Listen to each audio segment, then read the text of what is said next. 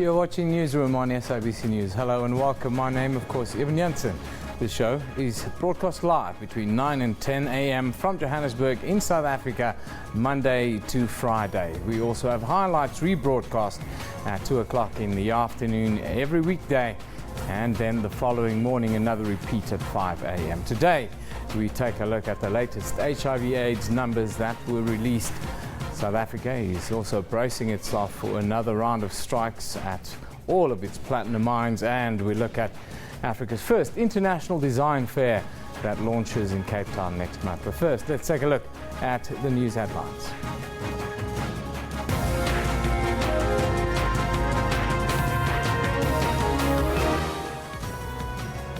The ANC's Northwest Working Committee says it will conduct a thorough investigation into allegations of corruption in the awarding of tenders in the Madibeng municipality. Yesterday, the committee announced the sacking of the mayor of Madibeng in Brits, Poppy Magongwa, the speaker Buti Makongela, and the council's chief whip Solly Malete. Anglo-American Platinum, Impala Platinum and Lonmin Platinum say AMCU's wage demands are unaffordable and unrealistic. The company's CEOs say they are concerned about the union's 12,500 Rand entry salary demand. AMCU members are to embark on a strike tomorrow. And in tennis, the Australian Open was left without a defending champion in the semi-finals for the first time in the professional era, when Victoria Azarenka followed Novak Djokovic out of the tournament earlier today. New data released recently show that new HIV infections have been reduced by about a third from 2004 until 2012. The South Africa 2012 HIV Estimates and Projections at a Glance report was launched in Durban. Estimates are that 6.1 million people are living with HIV in South Africa. Since 2009, the government has massively scaled up HIV prevention and treatment programs. A report by the Joint United Nations Programme on HIV and AIDS, UNAIDS, shows that new HIV infections in South Africa fell from an estimated 540,000 to 370,000. UNAIDS South Africa's coordinator, Dr. Catherine Sozi, regards the general message of the report as good news. The number of AIDS deaths also fell by 30%, from 330,000 in 2004 to 240,000 in 2012. Now, Dr. Sozi joins us in our studio in Pretoria. Good morning and thank you for joining us. Good morning. You said that the latest figures you see as some good news, but South Africa is still having the most number of people living with the disease. Just give us an overall view of how do you read the figures. Okay, thank you very much for having me this morning on the show. I think the purpose of actually releasing these figures was to show that with all the large investments that have been done, not only in terms of financial resources, but the huge numbers of people in the communities, in the private sector, in government, working very hard to reduce the number of new infections and to keep people living with HIV alive, that actually there is some progress, a lot of progress being made, specifically since 2004, but an exponential progress since 2009 when the the HIV counseling and testing campaign was launched. So it's really good news. It also shows, of course, that beyond 2013, there's a lot more work that we need to do because we're not there yet. And as you know, the National Strategic Plan on HIV, TB and STIs talks about the vision of the 4 zeros. So we're not at the zeros stage yet, but I think on this long road, we're beginning to turn the corner. At this present moment in time, at the end of 2012, nearly 2.2 million people were ever started on antiretrovirals in the country. This makes this antiretroviral program one of the largest, is actually the largest treatment program in the world. But it's not just a question of putting people on treatment. Obviously, we need to ensure people finish and continue the treatment. But the value added of the treatment scale-up is that the number of deaths, as you have said, has been averted. So people are living longer, which means actually that the number of people living with HIV in the country is going to be increasing. And that's a good sign because it means people are staying alive. So currently, the estimate, and of course there are margins on both sides, is that nearly 6.1 million South Africans, people in South Africa, are living with the virus. The biggest change has also been around the number of new infections, which you correctly stated. A 33% drop since 2004, very steeply again since 2009 when the HIV counseling and testing campaign was launched. Lots of people came to know their HIV status. We know 20 million people tested, and of course the majority of those are HIV negative, and we hope that they were able to take good changes in their behavior to keep them HIV negative.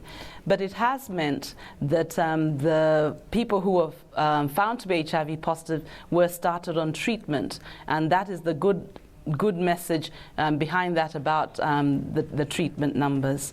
You in terms of new infection, sorry. Oh, please continue with the numbers. I thought you were done. Thank you. No, I'm nearly done.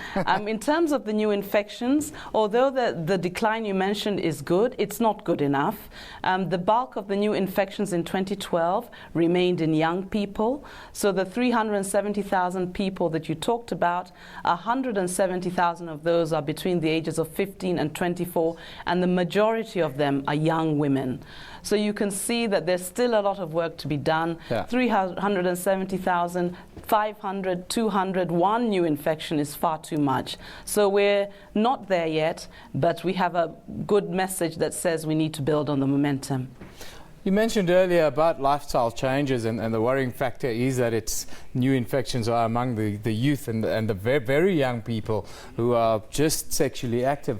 I wanted to ask you about the response to the ABC message that's gone out and whether South Africans are heeding the call.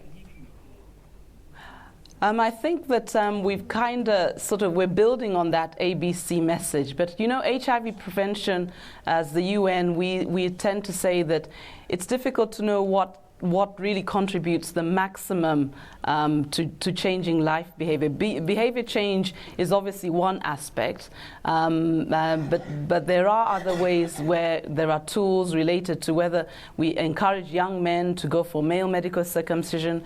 The use of condoms, both male and female, needs to be stepped up, and we hope to have some more data on that from the HSRC study that hopefully will be released this year. But also that there are other aspects, particularly around the sexual violence, that needs to be stepped up, because we know that sexual violence leads to HIV acquisition in this country. So yes, the message is getting through. Certainly the young people are the ones who are responding the best, and even the steep decline in HIV infections is actually within the young people. But we need to know who are we leaving behind in the messaging. We need to know who is not getting the messaging and who is being left out in the access to services, particularly those who are most at risk. Yeah. So sex workers, men who have sex with men, people who use drugs who are not being targeted. We need to take the services to them if they don't find the services that we're providing in the usual facilities adequate enough for them. I wanted to ask you about the methodology used in the numbers and how accurate the latest numbers are. And then also, if you can extend that just by telling us, what are the major obstacles that UNAIDS still face in South Africa?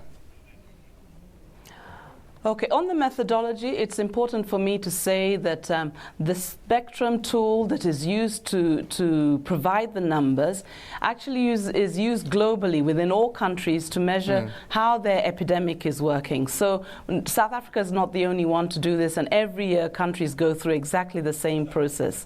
The data that is used is coming from the country, and it's coming from three sources. Demographic, which is usually the Stats SA census data, and we managed to incorporate the 2011 stats data in that. And then there's the program data, which actually is a very important part of it, because it's data from the actual facilities, the health facilities at the district and the provincial level on the antiretroviral therapy and the PMTCT program. So data was provided from those facilities, verified and put together by the custodians of that.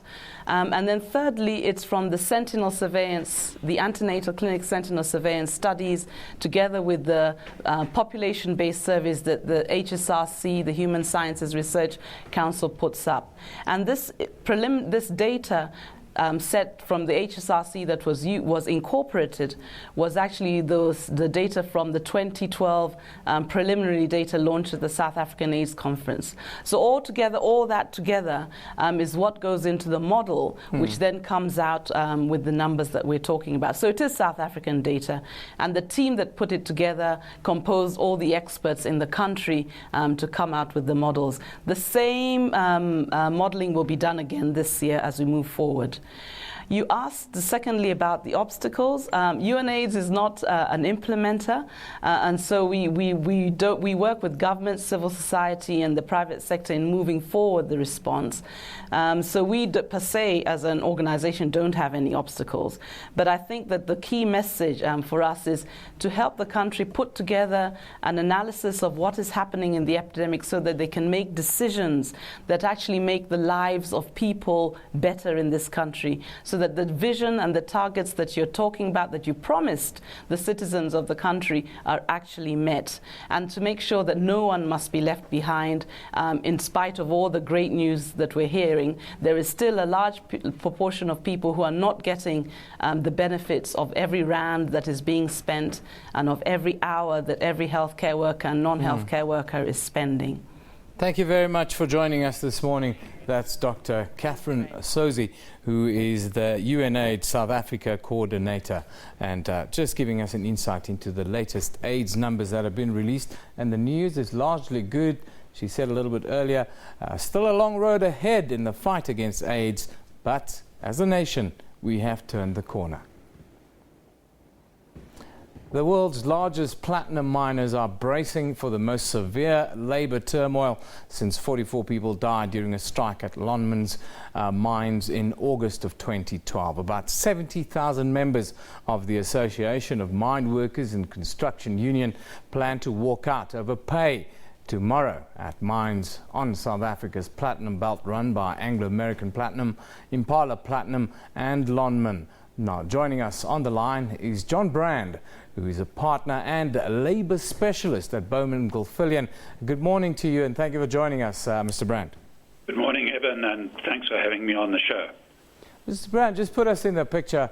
We set for another, what looks like it's going to be protracted strikes. Can the mines afford that? They say they can't. As an independent observer, can the mines afford another strike following the strikes we've had the last couple of years? Eben, probably not, but I think that workers can afford it even less. And the real question is just how protracted is the strike going to be?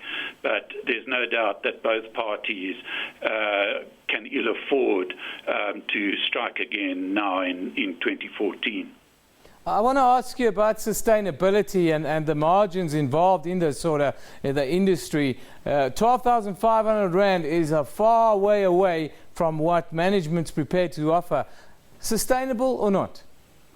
You know, on the surface, it most certainly doesn't appear to be sustainable. I'm not aware of any company in the world that could afford to double its wage bill in 1 year, which would be required if the mines were to meet AMCU's demand.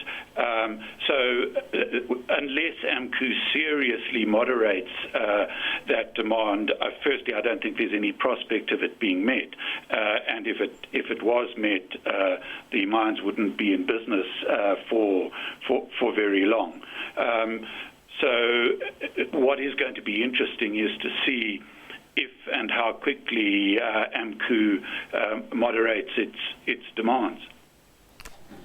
The Rustenburg area accounts for about 70% of global output of these precious metals. What effect do you think it will have on the local economy first and then globally, these protracted strikes, if they come?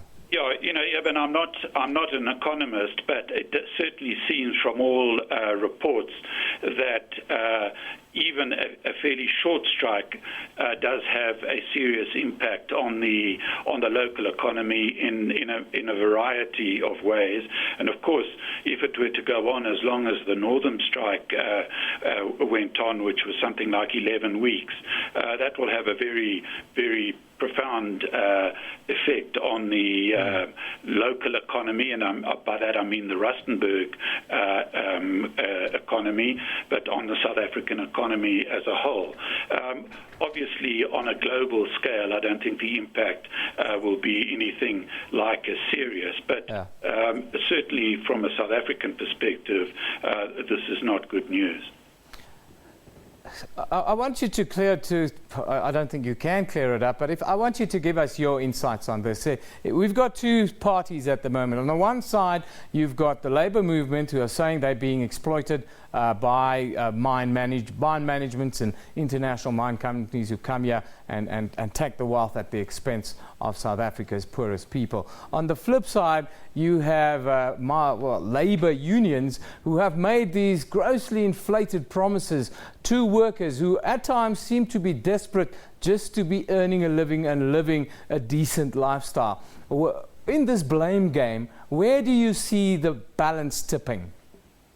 It's a complex question to answer, Eben, and I think one point that is being missed by many people is that the social conditions in which these workers live is quite frankly appalling, and they have very, very good reason to feel aggrieved. If you visit Nkaneng and the shanty towns that cluster around these mines, you will realize that those conditions are a recipe for disaster. And what is a real problem is the delivery of what we call a social wage.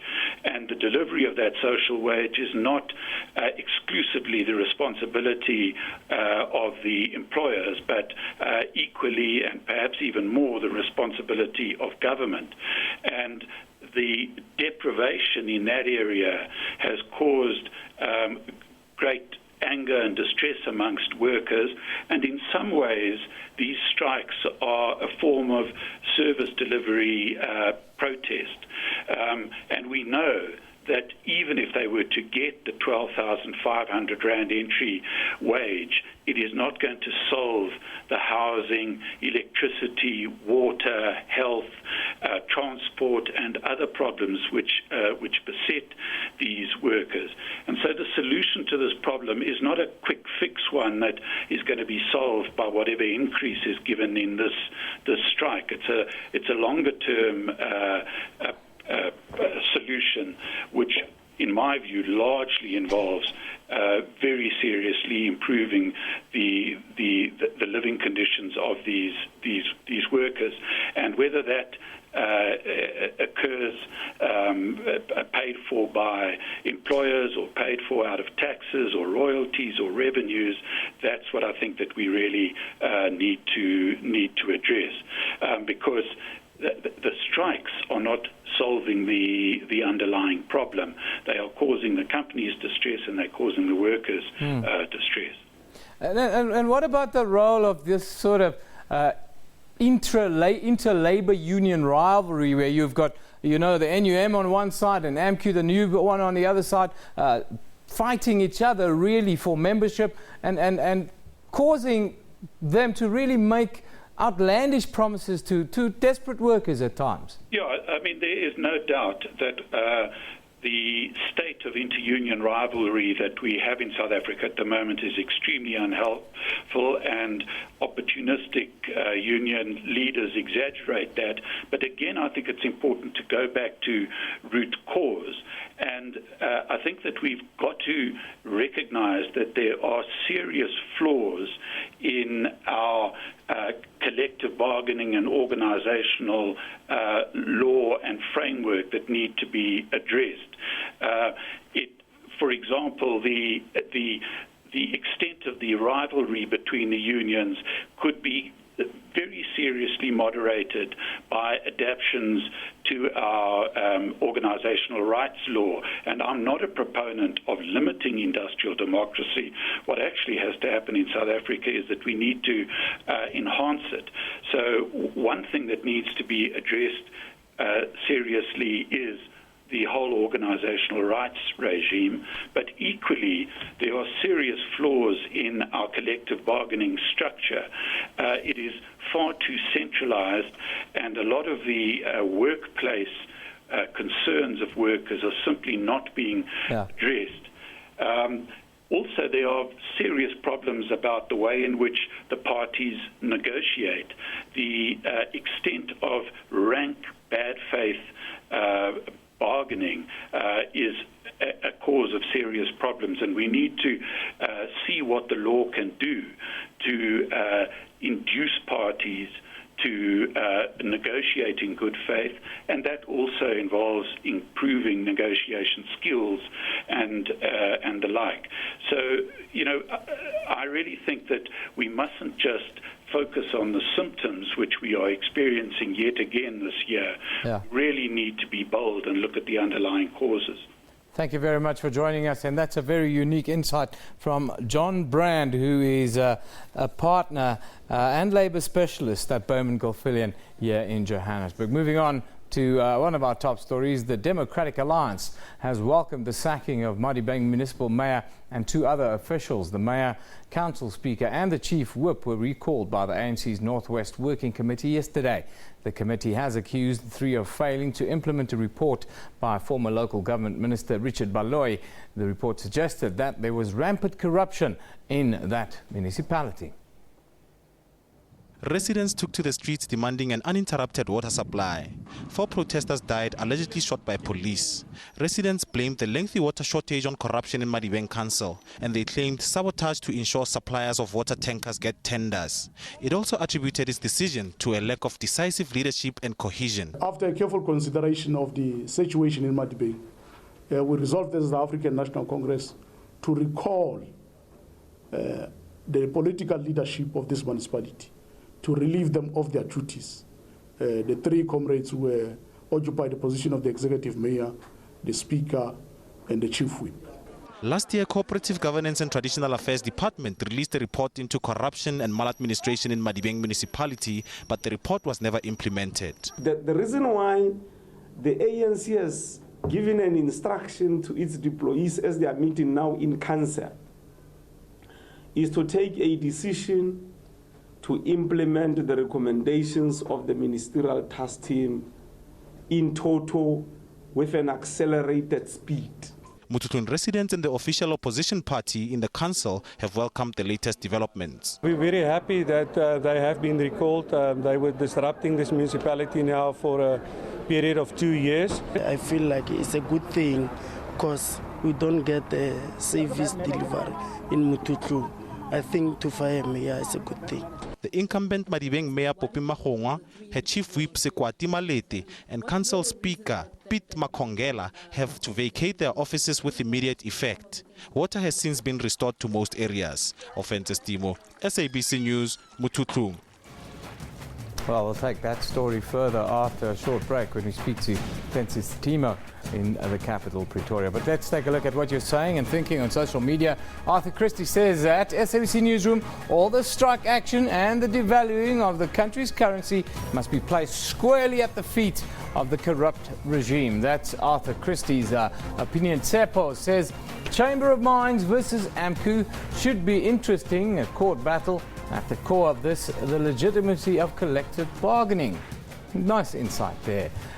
Kolani says it looks like striking is included in the job description of the miners. These guys are forever striking. Terence Mashiani says some people are against striking miners and or unions. The fact is 2 miners collectively earn less than an ounce of platinum. And Mokabuki says, approaching the Labour Court, why not try to talk to AMCU and see how best will they meet each other halfway? Tabiso Takali says, poor Kgalema Motlanthe, he's been sent to put out the fires of AMCU in the Platinum Belt again. Pity he has no fire pool. He may need it. Everybody has a sense of humor these days. Keep it coming. We love your contributions. At SABC Newsroom, that's where we live. On Twitter, at SABC Newsroom. Send us videos, send us pictures. If you've got breaking news, breaking stories, send it. We'll put it up. And we'll give you a credit for it even. Or sabcnews.co.za/news. That's where you can just go and read all the top stories we put on and all the latest developments from around the world. We'll be back with Newsroom after a short break.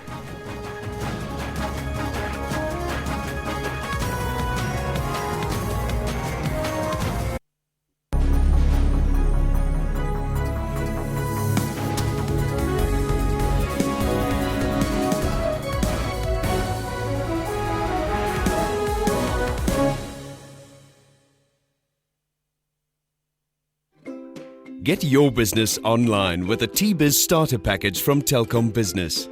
Get up to 2 megabits per second ADSL with 5 gigs soft cap internet data and 5 gigs promo data, free domain registration, free 1 gig storage with email accounts, and free night surfer data and social media data, all for just 249 Rand per month. Call, click, go to a Telkom store.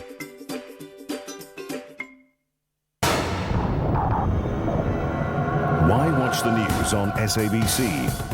We bring you news in your own language. News that affect you. Sports. We have Catherine Drew, SABC News at the High Court in London. Shervin Bryce's SABC News. Sarah Kimani, SABC News, Nairobi.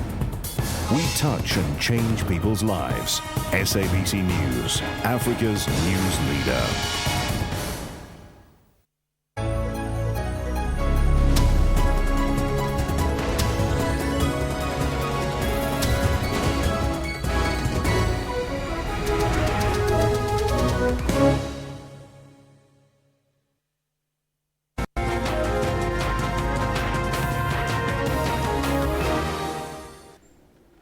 Welcome back. You're with Newsroom here on SABC News.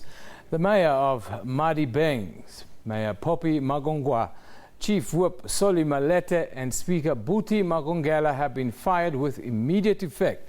The three have been recalled by the ANC following last week's service delivery protest in Mototlong near Brits that left 4 people dead. The Mayor, Poppy Magongwa, the Municipal Mayor, Monde Juta, will also face disciplinary action.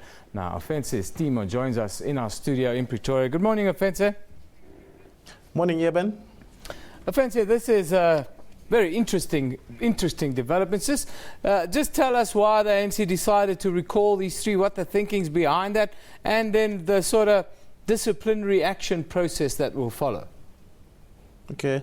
Apparently, the Cooperative Governance and Traditional Affairs Department had compiled a report into corruption and maladministration at the municipality, but the report was actually released early last year. And the municipality sat on the report and took no action, as some of the people working at the municipality were actually implicated. And following the protest action that saw 4 people die due to water at Mototlong, the Provincial Executive Committee and the Working Committee of the ANC decided to implement that report that was compiled by the then Minister of Cooperative Governance and Traditional Affairs. And the disciplinary hearing against the city manager is as a result of a employer-employee contract whereby the mayor and those other executive members who were recalled were deployees of the ANC. But as in the situation of the city manager, it's a case of the contract running its course, and then disciplinary action will also be taken against him. So people had to die before the report was implemented. Is that the gist of it, Offense? Well, from what they were saying, the Provincial Executive Committee, they said that, they felt that they gave the report to their representatives, who were the mayor and the people from the Madibeng municipality, to actually implement the report. So now that the report was actually not implemented and people actually died and there's elections coming, it was actually an opportune moment for them to show the people that there is accountability. And since people actually died due to lack of service delivery, the people accountable had to be recalled. So for them, it was an opportune moment, actually. Fancy, let's just go to the community. They're not very happy. What has been the reaction following the sacking of these officials? The community, there was actually a jovial mood in Muthutlung yesterday as we were walking around after they heard the news of the axing of the mayor and her executive. They feel that, the lack of service delivery under their noses went, unnoticed, and there was no action that was taken. So they are actually very happy that maybe someone who's more accountable will come in. But they still have a question, because it's not the first time that a mayor has actually been recalled as a result of corruption and maladministration at Muthutlung. If you can remember, back in 2009, the municipality was actually placed under administration because the provincial government felt that, the municipal executive staff was actually not doing their job properly. So there's still that uncertainty among the Muthutlung and other areas within the Madibeng municipality residents who feel that, they just being appointed, these people, to benefit and line up their pockets, and then nothing changes eventually. So they're still very uncertain about what will happen now that new people are on the helm. I'm sure that now that water has been restored, the community must be a lot happier, Fancy. But let's move on. Other news coming out of the capital today is that the Deputy Minister is coming back from the Yemen, and we expect some news in the Pierre Corky case. Is that right? Well, the date is actually wrong. The briefing for the Cookie case is actually happening tomorrow. We understand that South Africa is still sticking to its policy of not paying ransom to people who kidnap people expecting to get money in return. But the briefing itself is actually happening tomorrow. What we're doing today is the community of Muthutlung is also still hogging the headlines. So the community of Muthutlung and Macau and Jericho and other townships within the Madibeng municipality will be marching to the Madibeng municipality asking for the resignation of one of the local councillors who was actually implicated in this water scandal. It is alleged that the councillor has a tanker and he was benefiting whenever there was water shortages in Muthutlung, whereby he would be awarded a tender to actually provide the water. And yesterday, a 29.6 carat blue diamond worth tens of millions of dollars was actually uncovered at the mine near Cullinan, near Pretoria. So we're going to try and liaise with the company. The company that owns the mine is actually based in the UK. So we're trying to liaise with the company to try and see the diamond, get the visuals, and find out what this actually means for our economy. That would be very interesting. The company's a foreign company that owns our big blue diamond. Thank you, Fense. Nice contribution. Interesting that the councillor who stopped the water also provides the water in the truck. We look forward to that story. I think that will be a very nice one. That's Fense Stimo giving us a complete update out of the capital about what's happening there. Not just the Pierre Corky case that we can expect to develop tomorrow, but a blue diamond, massive blue diamond was discovered there. And also we'll look at the water crisis that continues to be in the news. But let's take a look at what you're saying and thinking on social media. Tsepo Malema says water shortage in Madibeng municipality is not only around Muthutlung. ANC recall all councillors in that municipality. Mashike says, I wonder why in democratic SA serious action is taken after someone loses their life or lives is in danger. Marikana, Mothutlung, etc. Now Soshanguve. That's just unfortunately the way the wheels turn. Vuyisile Kumalo says guns don't kill protesters, police do. How do you justify Marikana, Ngobile, Andris Tatane, Mothutlung, etc.? Justice now, ask Vuyisile. And Sipot Longwane says, quite amazing to think that the Marikana Commission is still in session in light of new police brutality in Mothutlung. And Witness Moila says, the ANC has taken a good decision to take out officials who don't deliver the basic needs of the people. That is correct. And Thabo Botha says, These tenderpreneur thieves must be fired as standard practice and not election time strategy. Moses Kotane Municipality next, he says. And Karabo says the minister said that the recalls have nothing to do with events in Mototloong. That's interesting. That's an interesting one. Anyhow, those are your thoughts. Keep it coming at SABC Newsroom. That's where we live. That's where we want you to send us whatever you have. Pictures, video, comments. We love it all.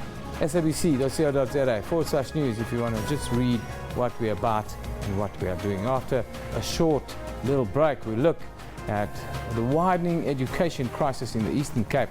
This is Newsroom on SABC News.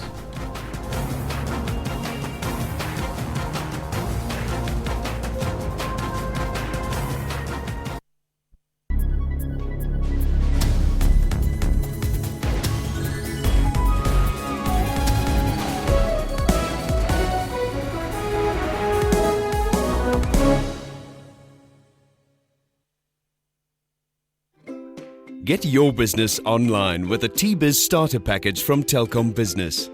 Get up to 2 megabits per second ADSL with 5 gigs soft cap internet data and 5 gigs promo data. Free domain registration, free 1 gig storage with email accounts, and free night surfer data and social media data. All for just 249 Rand per month. Call, click, go to a Telkom store.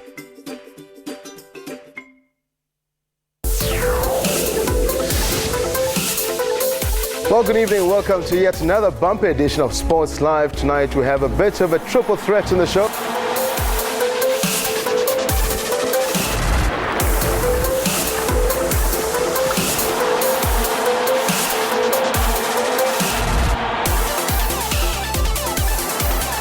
That's Sports Live, daily at 8:30 p.m. on SABC News, Channel 404.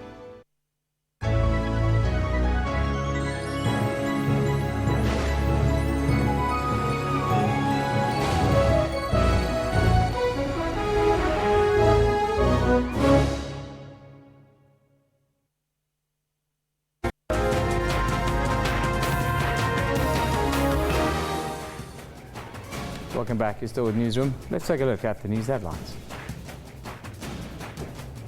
The ANC's Northwest Working Committee says it will conduct a thorough investigation into allegations of corruption in awarding of tenders in the Madibeng municipality. Yesterday, the committee announced the sacking of the mayor of Madibeng in Brits, Poppy Makongwa, the speaker, Buti Makongela, and the council's chief whip, Solly Maleta. Anglo-American Platinum, Impala Platinum and Lonman Platinum say AMCU's wage demands are unaffordable and unrealistic. The company's CEOs say they are concerned about the union's 12,500 Rand entry salary demand. AMCU members are to embark on a strike tomorrow.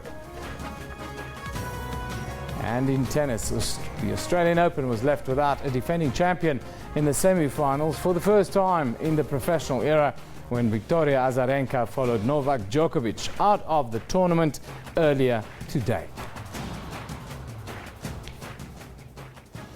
The Eastern Cape is a province that still lags behind in terms of the matric pass rate and issues of infrastructure and resources at schools. Some schools experience massive overcrowding, shortages of desks and teachers to do the job. In Oyster Bay, learners have their classes in a community hall after their school was simply demolished. The Department of Education failed to provide temporary structures. The problem of vandalism of schools is also a huge problem, especially around Port Elizabeth. Now, Yuri Blichner joins us from Port Elizabeth. Good morning, Yuri. Thanks for joining us. Good morning, Eben and the viewers. Yuri, lots of issues. Just paint the picture for us. How bad is it really? Well, schools opened exactly a week ago, and just in this past week, as you've mentioned there, we've identified 2 specific schools here in the province, one in the northeastern part, Bongo Senior Secondary School. Now, that school is currently battling with the problem of overcrowding. Some of the classes have up to 90 pupils. That is also leading to shortages of desks at the school. And how this came about: 4 years ago, this Bongo Senior Secondary used to be a mud school that got converted at a cost of 30 million rand into a proper school, but now you've seen a growth of learner numbers coming through. That's now leading to the overcrowding and the shortage of resources there. Now, on that particular one, we've also spoken to the Education Department about it, and they say part of the problem is that there are a lot of late registration by parents in the new year and not 6 months before the new year. And allocation of resources and teachers are done according to the pupil numbers that are sent in. Now, there are late changes to these, and that plays havoc with the budgets. You spoke about Sandwater Primary School in Oyster Bay, about 100 kilometers here from Port Elizabeth. Now, last year their school buildings were demolished because they were in such a bad state of disrepair. Obviously, then promises were made to put up temporary structures until such time that a permanent school can be built. Now, that has not happened yet. The kids are being taught in the community hall, but this is deemed not ideal, especially by the teachers, as they're saying the various classes and the noise generated by teaching is affecting the different classes, and things are not happening as they should. Now, the Education Department on that one, we've also gone to them to query this particular issue. They said they've had problems with service providers leading to the delay in setting up the temporary structures. Now, they say this week, by tomorrow and Friday, the erection of those structures will actually start on the existing ground where the school were demolished, and by next week the children will be able to access those classes. 2 large classes will be set up for teaching until such time that the proper 7 classrooms can be built in that particular area. So those 2 schools in a nutshell explain some of the problems which the schools have, which is overcrowding. That leads to a teacher shortage where you have these massively full classes. Linked to that is the Education Department this year are planning to cut their teacher allocation by nearly 5,000 posts. They've set out just on nearly 56,000 posts for this year, but currently more than 60,000 teachers are in the employ. So we're looking at a cut down of teachers, but linked to that then is a planned redeployment process to take teachers where they are in surplus, to move them especially to the rural areas where there's a huge need. But that process is not getting off the ground due to some pressure from the unions. Well, it's interesting, and we'll keep an eye on how that develops. But Yuri, what's some of the other stuff and news that you're looking at in the Eastern Cape Province? Well, just a little bit a point of interest this week. The town of Cradock, about 250 kilometers from Port Elizabeth inland on the banks of the Fish River, that town is turning 200 years old this year. It's the 7th town in South Africa which reaches this very specific milestone. It came into life in the 1800s when Sir John Cradock, who used to be the governor of the Cape Colony back then from 1811 to 1814, gave permission for the town to come into life and then also be named after him. Now, Cradock has always played a big part in the agricultural industry in that area, also during the Anglo-Boer times. But of late, Cradock also became a very prominent town in the 60s and 70s during the apartheid struggle. And more prominently, if we think about the Cradock Four, who is Matthew Goniwe, Fort Kalata, Sparrow Mkonto and Sicelo Mhlahuli, who hailed from there. They were abducted in 1985 from close here near Port Elizabeth by the security police, and they were then never seen alive again. But now, wouldn't call it a twist of fate, but as history rolls along, the current mayor of the town is the widow of Matthew Goniwe. So a crew is going there. We're going to do a bit of a history overview of the town, and later this week SABC News will produce a nice little story to depict the history of the town, where they are, where they come from, and what the next 100 years hold for this little jewel of the Karoo. Yuri Bluchner, thank you very much for that contribution that morning. That is our ace reporter down in the Eastern Cape, Yuri Bluchner, with an update as to what is happening in that province. Now, today we conclude Africa's first international design fair, launches in Cape Town on the 27th of February, presenting at the beginning of the World Design Capital 2014. Founded by Trevin and Julian McGowan, the Guild will explore the theme of making at an elevated collectible level. Since 2011, the McGowans have showcased collectible South African and African design alongside leading global galleries. Their efforts to raise the global profile of the African design scene recently earned them a place on Art and Auction magazine's Power 100 list for the most influential players in the art world. And now, with Cape Town's designation as World Design Capital 2014, presents them with a unique opportunity to bring the world to Cape Town. In studio with us, we have Trevin McGovern. Good morning. Thank you for joining us. Thank you for having me. Let's start at the beginning, Trevin. Very, very interesting times, I'm sure. Exciting times. But before we go there, let's go back and tell us about where it all sort of started and where it comes from, and where your passion really comes from. Okay, well, I'm from Johannesburg, but I moved to London and I spent about 20 years there, and in the process I had a design consultancy and I used to bring South African design to my private clients. And when I moved back to South Africa in about 2003, we realized that there was a conduit needed to supply the demand that existed around the world for South African design, and to facilitate and operate with the design organizations here to bridge that gap and to provide the world with what they wanted. That's your business called Source. That's right, yes. Tell us about the exciting year ahead in Cape Town, how you guys are going to bring the world to South Africa, really, and introduce Cape Town, I think, a little bit to the world as well. Yes.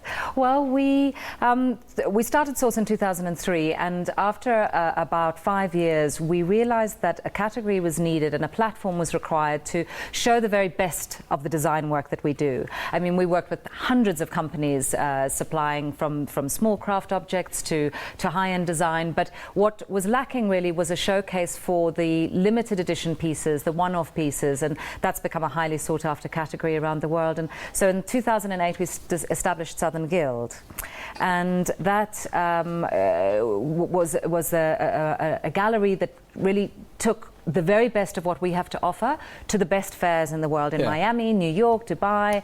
And because it's World Design Capital next year, we found that there was this incredible anticipation about Cape Town, what was going to happen, what could people see, and we realized that it was the perfect opportunity to do the biggest show certainly we've ever done, and probably, you know, one of the most important shows in terms of collectible global design in Africa. So that starts in February. I mean, it opens in February. Yeah, that's the 27th, I think. 27th of February we open. It runs for 11 days at the Lookout at the V&A waterfront.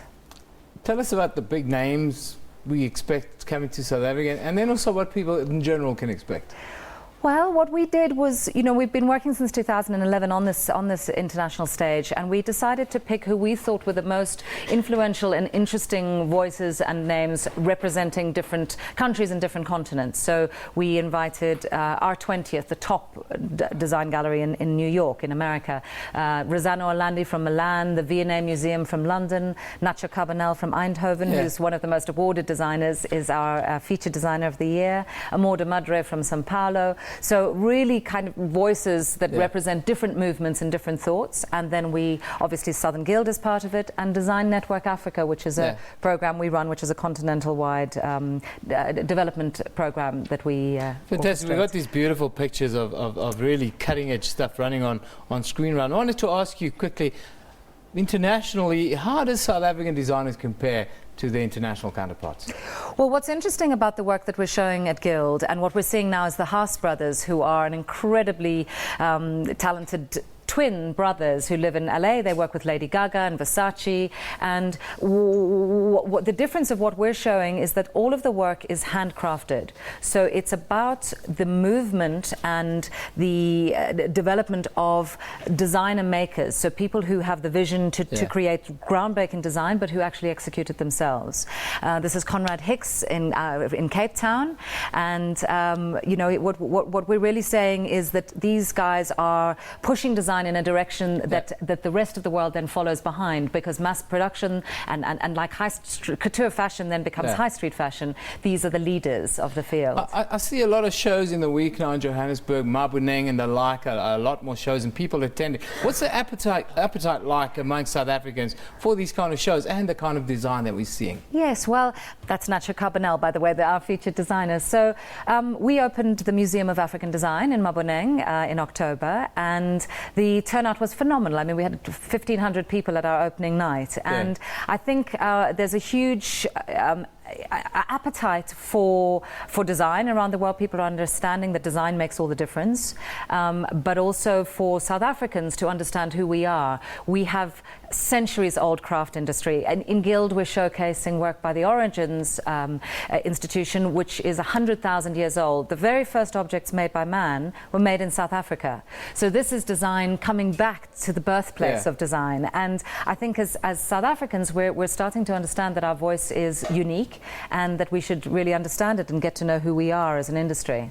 Fantastic. We look forward to a really great year in Cape Town, but it's really happening all around the country from where I'm standing. Yes, absolutely. Thank you, Trevor. Thank you very much for joining us. I'm sure you'll join us again next month before the big shows. I'd love to keep you updated. And tell us what's happening, because it's really exciting times, I think, and a lot of people have not really been introduced to this kind of thing. So thank you very much. Thanks, Eben. And before I go, can I say happy birthday? Oh, for today. Thank you very much. Yes, yeah. I'm 42 years young today. I shouldn't be saying that. Although I look 25, they tell me.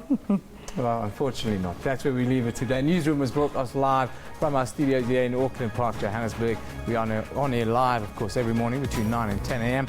with highlights rebroadcast at 2 in the afternoon and then again at 5 a.m. the following morning. This is SABC News. You've been watching Newsroom. We love it in the morning.